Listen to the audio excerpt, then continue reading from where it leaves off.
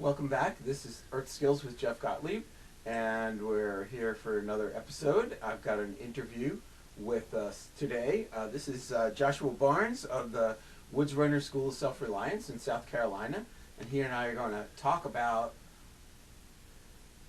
outdoor skills education. In other words, if people want to learn about how to take care of themselves outdoors, with all of the different possible ways and reasons you can do that, how would you go about learning, and what are the ideas behind it, and what kinds of things are out there for people who want to learn more about it?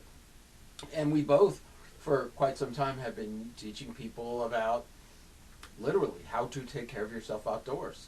And there are loads of reasons why you'd want to know how, and we're going to dig into a lot of that. So, Josh, welcome. Well, I'm glad you're here on the show. Thanks for having us. So, Joshua's running the Woodsrunner School of Self-Reliance, and we're going to talk to him about what that business is and how it runs and how it got started and stuff like that. So, can you tell us about where you're located and what the Woodsrunner School is? Yes, sir. We're just south of Greenville, South Carolina, about 35 miles south of Greenville, South Carolina. We're in a little town called Clinton. We're right in the heart of 3 counties that's right in the heart of the Sumter National Forest. So we're surrounded by 168,000 acres of pristine forest. We've got a ton of different ecosystems there and have a good time. We've got private property right immersed right inside of it. So it's good stuff. That sounds great. So one of the things that people end up talking about a lot, if you're instructors, if you're running a school, is exactly what word do you use to explain what it is you do. And really the skills might be the same, but the approach might be really different. So we're gonna look at a couple of definitions for things you might see in the title of a class or a school. So the first one is bushcraft. And we were just talking before that the word bushcraft, if you just put it out there and just like walk around and interview people and say, what's bushcraft? A few people will give you a long explanation, and most people will say, I don't know. So what do you have in your mind when you're thinking about the word bushcraft? What do you teach people? And a lot of folks, when we say we teach bushcraft, go, what is that? Like you said, we kind of explain to it. But the most important thing I tell people is it is being able to take modern and traditional type tools into the wilderness to be able to endure and to also enjoy the outdoors. And so in the more knowledge and the more skills you have, is the less you have to carry in with you to be able to effectively make tools within the natural environment. And it just helps you to be able to just really enjoy yourself there a lot more. And some people think bushcraft is equal to survival type skills, and I tell people, well, I think survival is more of an immediate need because some kind of crisis situations occurred versus being able to just, when you're there, just having a good time and to while you're trekking and doing things like that. I like it. Yeah. And I like that the word bushcraft has the word craft in it. Yes, because absolutely. I love to make stuff. Yes. I love to go outside and say, oh, that's exactly the right stick for making a handle for this tool, or a digging stick, or I'm gonna make a bow out of this, or I'm gonna any number of different things. Yeah. So I see a lot of students carrying shovels in their packs, and I'm thinking to myself, we have a perfect good cedar stick here. We can make a digging stick out of. You really don't have to carry that extra weight to be able to trek. Yeah, the less you carry, the more you know, the less you have to carry, and the less you have to carry, the more capable you are. Absolutely. You can walk faster and not get tired and good stuff. Yeah, so we talked about the word survival, and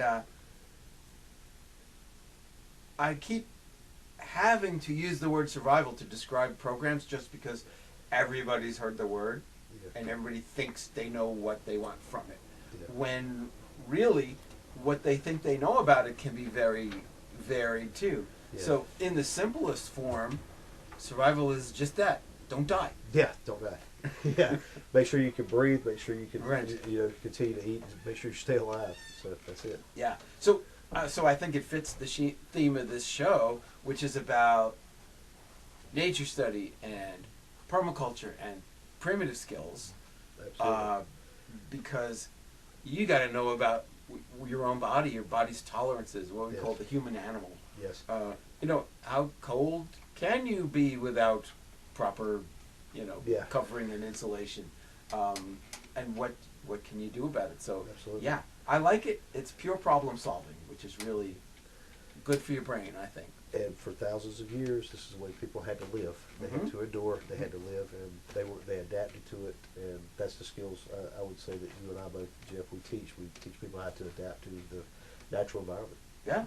Although I bet if you went back in time 5,000 years and you could magically converse with people, Mhm. they wouldn't use the word survival. They'd say, we're We're just living. Yeah. Live. Yeah. This is- Absolutely. Yeah. Okay. How about the word woods lore? Woods lore. Okay, that's a term that I choose over bushcraft, is due to the Okay. fact is because a lot of people they find a beaten path and they follow the beaten path, the trail. A lot of people hike on that because they feel confident and safe there. Woods lore is, my opinion, is when I take a right off of that trail and I begin to trek through the environment and I see things that not a lot of traffic is there, and things are growing, sticks are not broken from humans, and Mhm. things like that. I see a lot more. What I feel like you get closer to being to the woods than you do to the beaten path, and that's what I see. That's what I see as woods lore. That's why it's got a variety of bushcrafting type skills and traditional skills all involved Okay. into woods lore. Yeah, and I like the part of the word lore, which is the body of knowledge. So Yes, it's not yes. just about, well, I practice doing this thing. It's about, what do I know about the forest? Yes, What do I absolutely. know? If that tree is growing that way, why? Yeah. What does that tell me? Does it tell me it's windy around here? Does it tell me that it's the soil's Yeah. wet? Does it tell me that there's going to be food in the fall? Or, Yeah, absolutely. So the more awareness you have of how everything works and what's here in the forest, Yeah. the It's kind of better funny. the experience. It's kind of funny when you're walking through the wilderness and you see a rock that's just completely out of place. Mhm. You say, well, did somebody bring that there? Or what caused this to happen in this specific place? Why am I not seeing this anywhere else around here? And when a lot of people, like I say, when they follow that trail, they follow that path, they don't really pay attention to that like you would if you're just Uh-huh. trucking through, just trekking through. And the more woods lore that you have, the more that thing is going to stand out like it was Absolutely. painted orange. Absolutely. Everybody else would miss it, and you go, wait, what? Yeah, and you would see that there could possibly be a need that you wanted to be able to do something with it too. You say, "Oh, that's perfect. That I just found that right here." Mhm. I'm always thinking, marking as I go. Yeah, it could tell you about danger. Yep. It could tell, like if that rock isn't from here, it's from way up on that hill. Does that mean that stuff falls off the high hill Yes. and comes rolling down here? I Yeah. don't think I'll make my camp there. Yeah, Yeah. that's right. You So, look around. So there's real practical information there, and there's kind of esoteric nature knowledge. Yes. Like I'm at home in the forest because I know what's there. Absolutely. All right. So we meet a lot of people that are interested in some of these skills because they're reenactors. Yes. So how does that fit into what they're learning and why? If they're in it for the historical accuracy, they like this particular time period in history and they want to know all about it and they want to practice doing stuff. How does that fit with what we're teaching? That goes back into where we talk about the different time frames throughout generations. Different people did different things, and I look at like a lot of things I'm seeing now.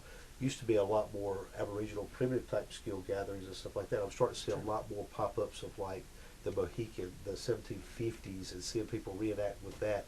And that kind of coincides where I think the introduction to type tools, having tools to use, and I see a lot of things that I've seen there from those folks, and they'll be able to not just have the tools, but actually be able to learn how to make the tools they're using.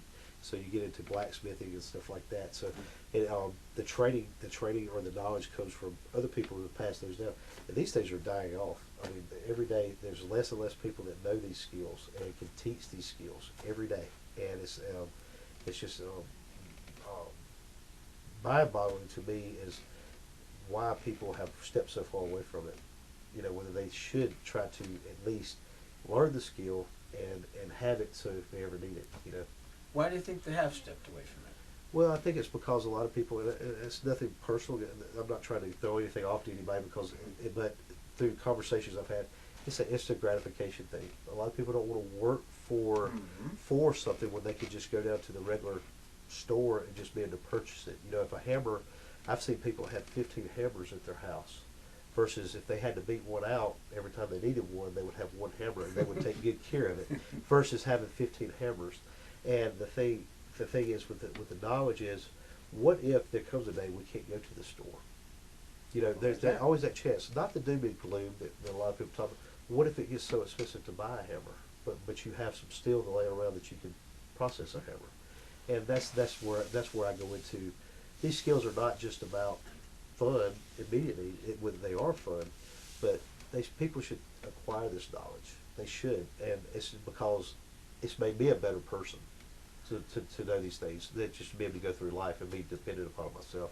That's a great segue into what I was thinking, and that is that, you know, doing these skills and kind of internalizing the craft Yes. and the abilities and the skills, it's good for your life. It's good for your brain. It's good for your happiness. It's Yes. good for your physical fitness. It's good for all kinds of things that make your life better.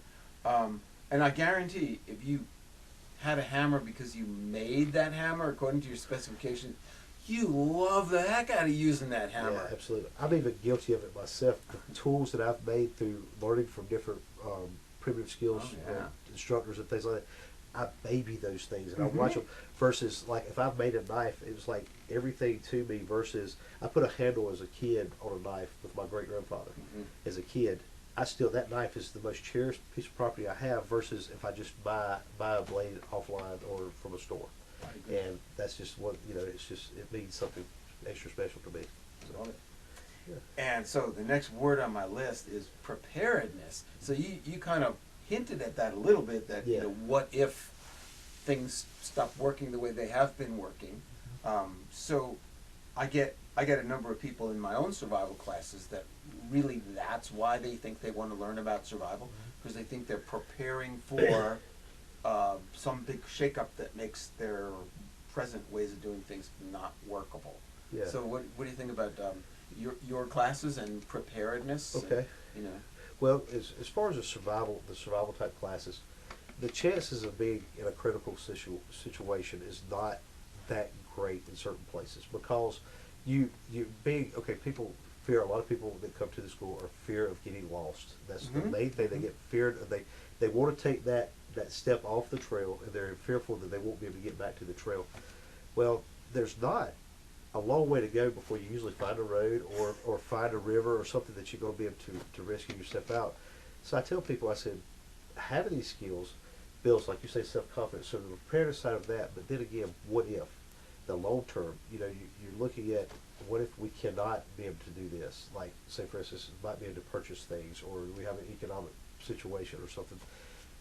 Being able to make water safe in a wilderness environment could take you to a longer term being able to make water safe. It's all in the same concepts of right then and there, versus being able to filter water larger scale. You can use the same techniques, larger scale, to filter water later on. So it's kind of a thought process. You know, you're looking at, why do I need to do this? And a lot of people are fearful, and we see that a lot when the political system changes in this country. Right. And when you go from one party to the next. Well, they can get you to vote a certain way, do a certain thing, accept a certain thing if they play on your fears. That's right, absolutely. And so so preparedness is a short term and a long term. It's just being prepared, generally prepared, is a good thing.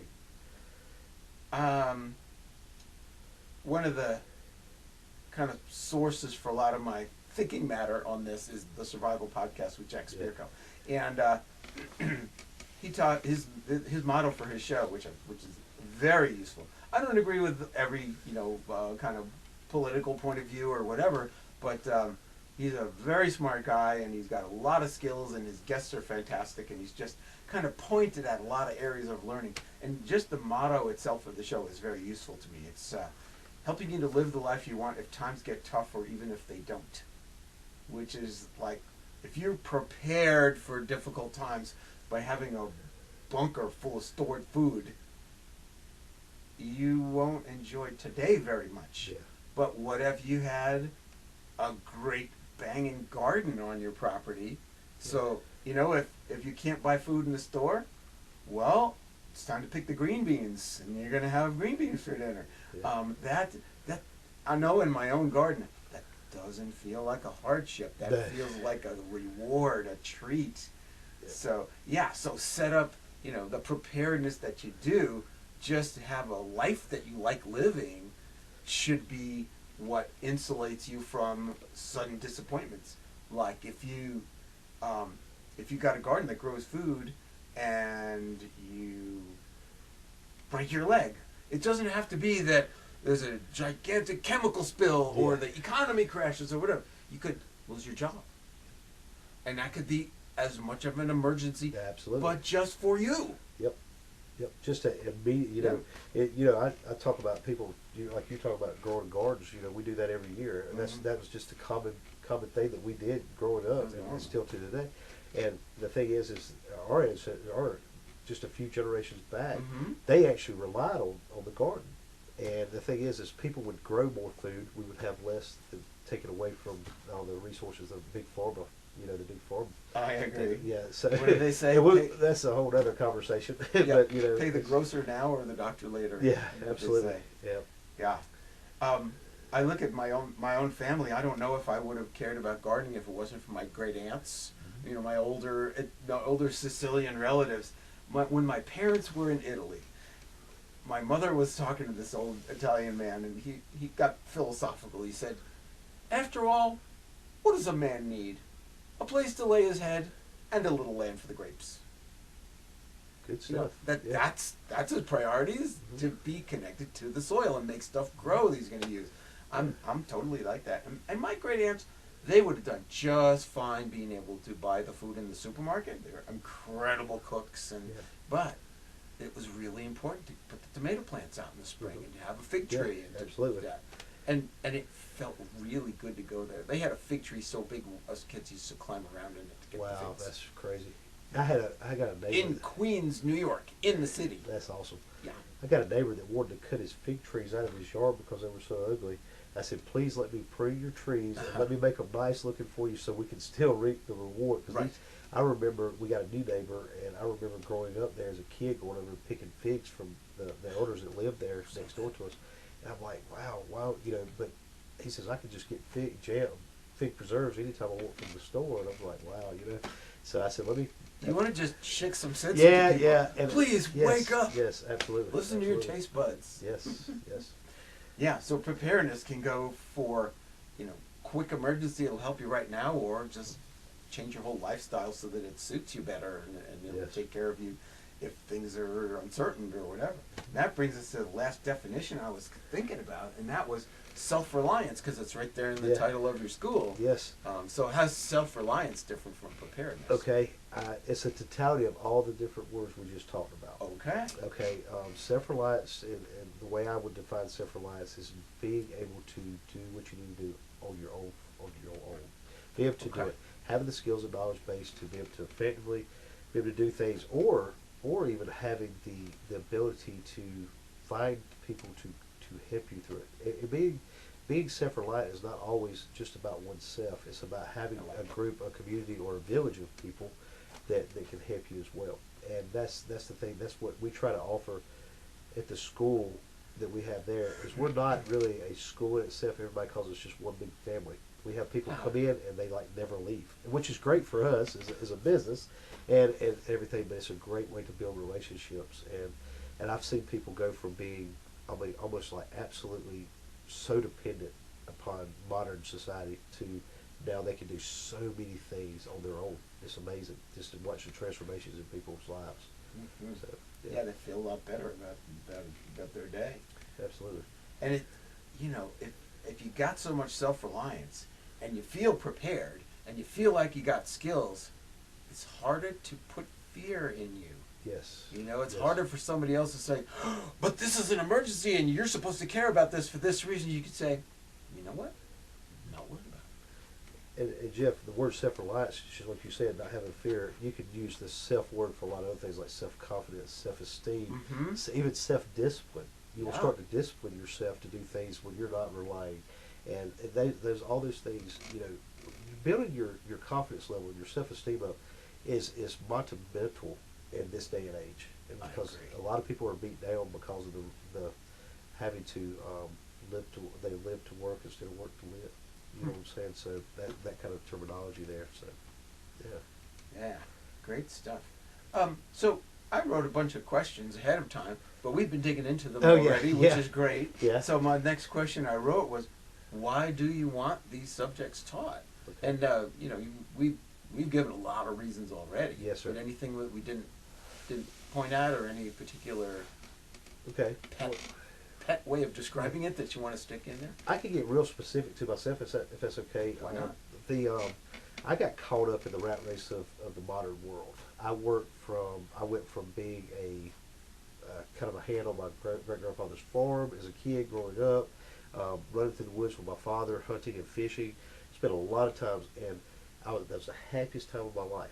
I just remember because I still had responsibilities, but I had the freedom to be able to do what I needed to do there. Mm-hmm. And then as I got older, I found out that nice clothes and money and all this thing, I thought that's what was happiness because I was taught by others other than by that part of the family.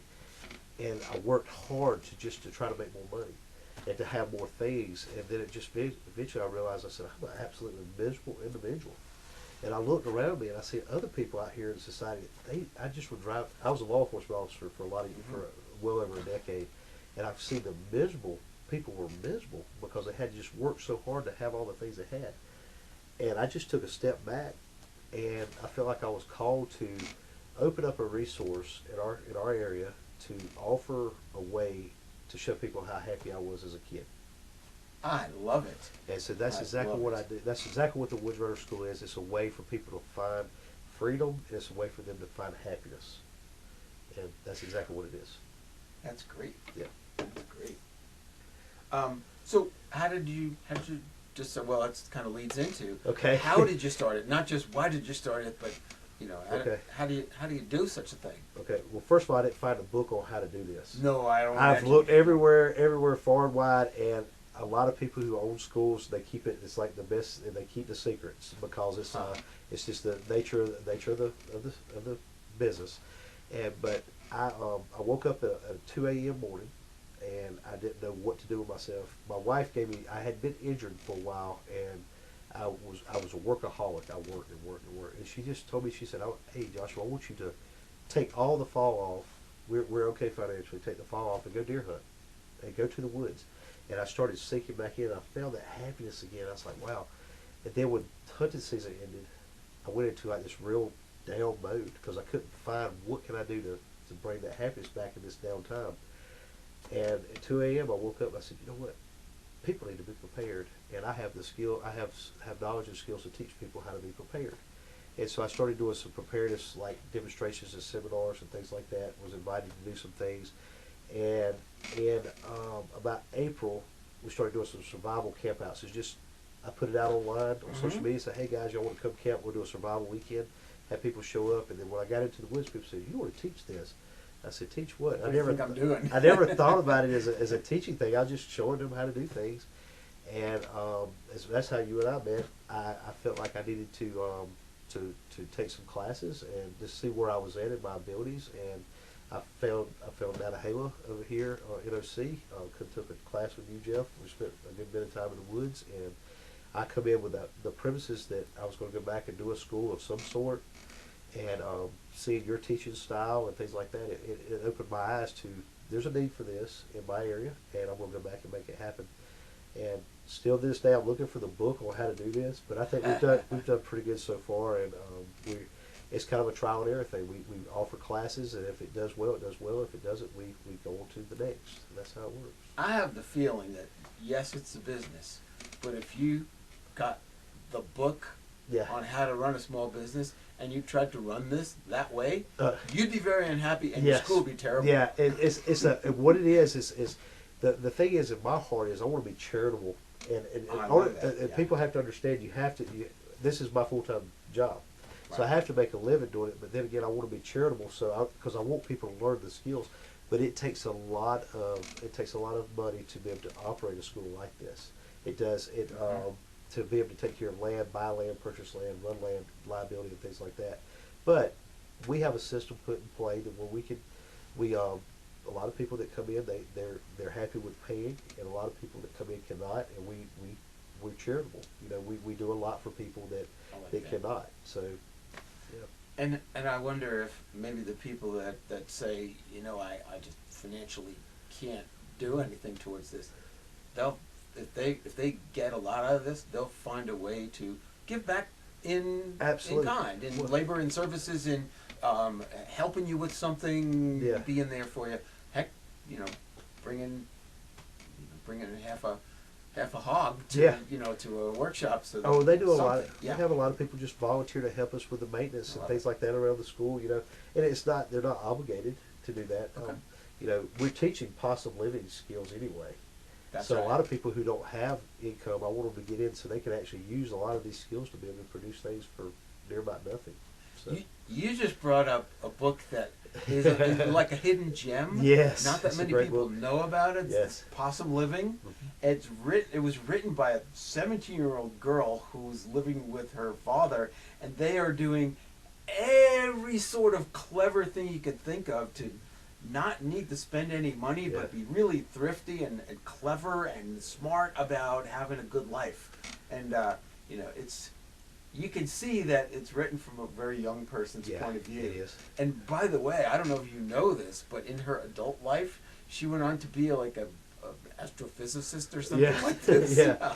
You could tell she's a very smart girl Yeah. when she was writing the book, and I've read the book several times, and I'm looking back on it saying this is exactly how my great grandparents lived. Okay. They grew up. All of my great grandparents come through the Depression. Well, they come through the Depression, but the thing was they were sharecroppers, so they never even experienced the Depression. Right, it looked the same. Yeah, it's like it just kept rolling just like it was just any other day, and they used all this stuff to be able to provide. And not to get off topic, but I want to say something to honor my great grandfather. His responsibility as a sharecropper's child, as the oldest adult male in his family, through his siblings, he was supposed to procure protein. It was his job to go out and hunt and trap and fish to put meat on the table. If not, they had root vegetables, usually like potatoes or something they grew in the gardens, and but he become very, very good at being able to bring stuff back to eat. Right. And that's where. And if it's do or die, gotta put meat on the table, you're gonna find all kinds of labor-saving tricks and stuff that might not exactly be legal, we won't go into all that, but that's not.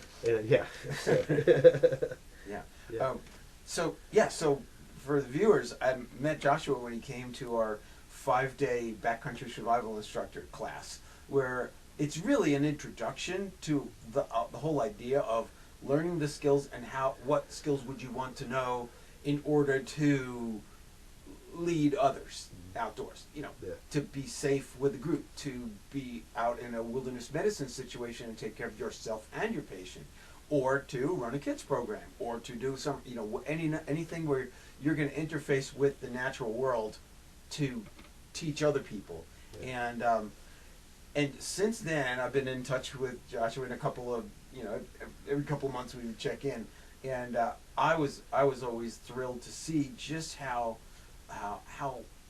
connected he was getting with other people. Like, oh, that person has great things to say about the Woodsrunner School, and oh yeah, we know Joshua. Oh yeah, he's doing good things over there.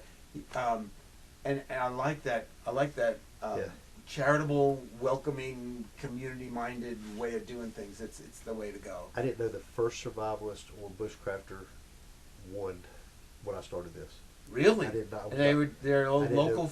Most of your people are close by you. Well, right? whenever we first started, it was people who were rural, just right there in the same region would come. And as I've grown the last 2.5 years, we've been all over the place, and I've got connected with so many different people, and it's amazing to see people that I've seen on YouTube and people that I've seen on TV, to build relationships with them now. It's just been an amazing journey for my wife and I to be able to meet all these different people along the way, and it's really funny how all of us are so much alike. After we have the same thought process. And at the same time, real different. But, yes. But definitely we all belong to the same club, and we all have the same screw loose a little bit. Yeah. You got to be a little crazy to do this stuff. We're crazy in a good way. Yes, that's right. Yep. So as a business and as an entity, how's the school doing? The school's doing very well. Last year every year we've done like a fall get together, kind of like a camp out or something. Yeah. But last year we had our first successful fall gathering. We had, for us, 85 people showing up just on a small, no marketing, just social media, advertisement and word of mouth. We was able to get 85 people. But to top that off, we were able to get 12 very good, well-known instructors in to come into the school to present their crafts and their skills. We was able to do that, and just the totality of the classes we taught, either through workshops or through full-blown, sometimes 4 or 5 day courses. We're looking at topping out around 700 students so far in 2.5 years. So I think we've done very well for what we're doing, and not being known until I think we're starting to pick up some momentum of people knowing who we are here in the last probably 6 months or so. But it's doing very well. That's awesome. Yep. Yeah, and Joshua and I before the show we're talking about, businesses using social media nowadays, and that's kind of uncharted territory. I mean, I'm 60, and I've got a website, and I'm doing this show, and I'm using modalities that didn't exist 20 years ago, and I don't know what I'm doing. Yeah. So we have to go with the strengths that we have, and a great strength is word of mouth. Absolutely. People had this experience, and then they said, I had this experience, and this is what it was like, and and their friends and relatives and neighbors just get the chance to know about it too. Just pass it on. You talk about doing social media marketing and things like that. I'm actually, when you don't have a lot of funds, coming and going, you have to do a lot of stuff on your own. And through the books, I'll study survival and Aboriginal skills. I'll read these books, but I always got to turn back into these other books of how to market and SEO and how to develop websites and stuff like that. So I'm working really 2 jobs at the same exact time, and there are 2 jobs, and one you really like, and the other one is frustrating and challenging. I've spent more time behind a computer screen the last 3 months than I have in the woods, and but it's part of, if we want people to come in and we want to be able to provide these services to people, we have to let people know we exist. It's true. And so we have to work hard. So yeah, it's good stuff. We're enjoying ourselves with it. So fantastic. And I imagine that if the number of students that you're working with grows and grows and grows, you're going to need to have things that other people are working with you on, and they've got this. That's their department. They're doing that. Absolutely. So how do you see that bringing people in? What we do is we have some. I have 4. Count myself. I have 4 instructors that are dedicated and work directly with the Woodsrunner School as instructors at the Woodsrunner School, and they cover a variety of topics that they teach. And these guys are very adept in their own practices. And I run up mostly the survival side of the school, and I have an assistant, my lead instructor, my survival instructor. But I also have a lot of guest instructors that come in that are really specialized in what they do, or they have an array of knowledge that they come in and help and do things like that. Say, for instance, like one guy, Mark DeJean with Off-Grid Medic, he comes in and he teaches. I know Mark. He came and took a class with me. That's right. So a lot of people have took classes with you, it looks like. But Mark is a phenomenal wilderness medical instructor. Yeah. And he's actually nationwide now. He come up and he's teaching all over the country, and he's got kind of a little home base there with us, and he does a lot of stuff down in Georgia at his home base down there, and being able to work with him, it's really good to be able to offer that service, outside of our school, to be able to offer that stuff, and for him to be there to be able to do that. And we have others as well that come in. A lot of new people coming in this year. I'm not going to say a lot of things right now. That'll come in days, but a lot of new things coming this year for that. That's exciting. There's room to grow. Absolutely. Yeah, I meet a lot of people that express an interest, and then they don't do anything about it. Okay. But I also know people that expressed an interest, didn't do anything about it, and then one day they woke up ready to do something about it. So I don't begrudge anybody the feeling like, well, sure, you talk like you're interested, but you don't come. Yeah. I don't lay that on people because, there are tons of things that I mean to get around to, and then one day I just wake up and it's the time to do it, and I start doing it. Absolutely. So everybody on their own time. Yeah. So the best we can do is to stay out there where people can see us, so that they, keep getting little nudges and Yes. another feeling like that would be a good thing to do. Absolutely. Another validation that, well, those two bearded guys on the TV Yeah. show, they seem like they're having a really good life, and they like Yeah. what they do, and they're taking good care of themselves and the people that they Yeah. love, and it's Talking a about reason that. to go that way. Talking about little nudges. One of the things that was requested this year from us at the school is a lot of people don't have the time to come and spend 4 or 5 days taking a survival course. Their life is just too busy. Kids are playing sports or gymnastics or dancing or whatever, and they don't have time. And one of the things that was requested is, can you not like specifically teach, like, say for instance, taking the core 4 and teaching one specific type of skill for one solid full day? And that's something you were offering this year at the school, to give them that little bit of information. We'll give them a lot of information in one day, so they can hold it on one thing at a time. Okay. So when they do get Because they ready can to carve come, out one day. they can carve out Yeah. that one day to be able to come in and do stuff. Alright. So they can still learn the survival stuff in, a day at a time. So yeah. So, yeah. I love it. Yeah. And Joshua and I have been talking about my own involvement. We're going to try to figure out Yep. things that we can do together and look Yeah. towards the future. We're with excited it. about it. Yeah. Yeah, and it's that networking. And here in Jackson County, North Carolina, we've been just pushing that with all kinds of different realms. The things that my show here is interested in: homesteading and permaculture, as well as nature study and primitive skills and historical stuff.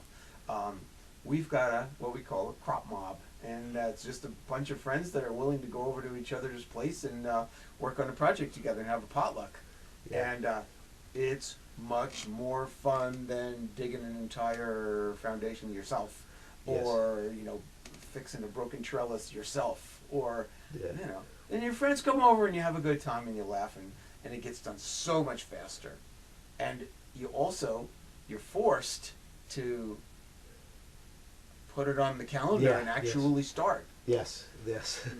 So Yeah, that's been absolutely. fun. So yeah, every chance that I have now where it looks good to connect things to other things, Yeah. I think it's the fix Yes. for all of the problems people are having with how they don't like their life. This is how you like your life. We live in a sad. There's still a lot of good in this world. There Oh, really yeah. are, and you just have to really dig in to really find that. But one of the things we're trying to do at the school too is a lot of people, because you were talking very early on in the program here today about how do you tell people about what we do. Mhm. That's been the biggest hurdle I've had to try to explain to people, because the first thing they say, I would say we have what is self-reliance, and you have to go through this whole thing. But then I used the word survival for a little while when I tried, what are you going to do, make me eat bugs? So you Yeah. get all these misconceptions of what people see on TV, but If they're delicious, I will. yeah, that's true. Yeah, and that's just a part of it. And I say, if you want to eat bugs, we'll Yeah. cook you some right up. Yeah. But it boils down to now what I just tell people. I said, I'm going to, when you come to our school, you're going to figure out how to be the best you can possibly be. Not only what you want to be, but what you need to be. And that's what I explain to people is what we offer at the school. You can become the best that you can possibly be. So. That's a tall order. Yeah. And I'm sure it doesn't happen in one weekend. No. But you can do a lot. I think any step closer to being better is being the best I at like that it. point in time. So. Yeah, because the best you can do is to pay attention and try. Yes. You know, Yeah. to say, I want to do the best job I have the best life I can have. Yeah. I know we do some intensive stuff, and I've had people go through intensive classes, and I tell everybody at the very beginning, do not ever say you give up. Do not say I'm going to give up. Do Yeah. not ever let me hear that. And I see people, they look like they're so gassed. They just like they have nothing. It's just their mind telling them that. Their body's Yeah. got so much more to go. And it's so funny. They'll go through these challenges, and then they'll not pass it, then they have to go through it again. And I change it up every time. And at the very end of it, everybody that passes, they're ever jumping up and down and hoorah. I was like, Where'd you get that energy I said, from? where did all this come from? And it's like, and I was like, you're developing that, your mind's developing a different thought process and a different way of working. So, I like most it. definitely. Yeah, I mean that's why I teach this stuff. Absolutely. To watch the students get something out of it. Yep. If the students didn't, obviously get something really good out of working on skills and mastering concepts and things like Yeah. that, I don't feel like doing it. Yeah. You know, I'll No. do something else. I don't Yeah, know. absolutely. I agree. That's why I do it, because I'm interested in it and I'm very excited about it, and when I share it and you start being able to do it too, and you show me that you really like being able to do this now, Yeah. okay, I'll do it some more. Yeah. Absolutely. I love it. It's good stuff. Yep. So so you can find out more about the Woodsrunner School of Self-Reliance. Is that Yeah. what's your website? It's www.woodsrunnerschool.com. Okay, that's nice and simple. Okay. Yeah, find them and check out what they're doing and where and when they're doing these things, and get connected up. Yeah. And my own website is www.theprimitivenaturalist.com. This is a new thing. Since I started doing the show, I put this thing together and it works, which is very exciting. And look at our other TV shows. It's over a year now. We've done more than a dozen. Awesome. And check out our other guests and things that I've done by myself. And we will be back in about a month, so look for us there. Thanks.